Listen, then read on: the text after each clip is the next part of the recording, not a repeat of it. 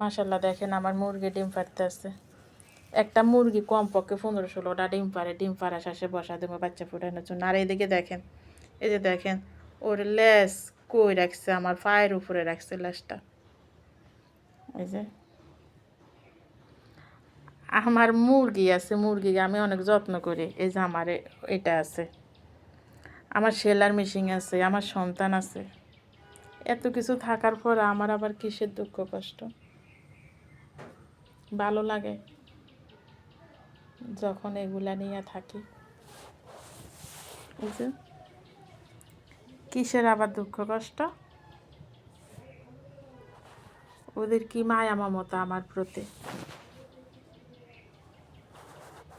এই যে এই ল্যাসটা সারাক্ষণ আমার পায়ের উপরে। এই দেখেন কি করতে আছে, এই যে এখন বসছে।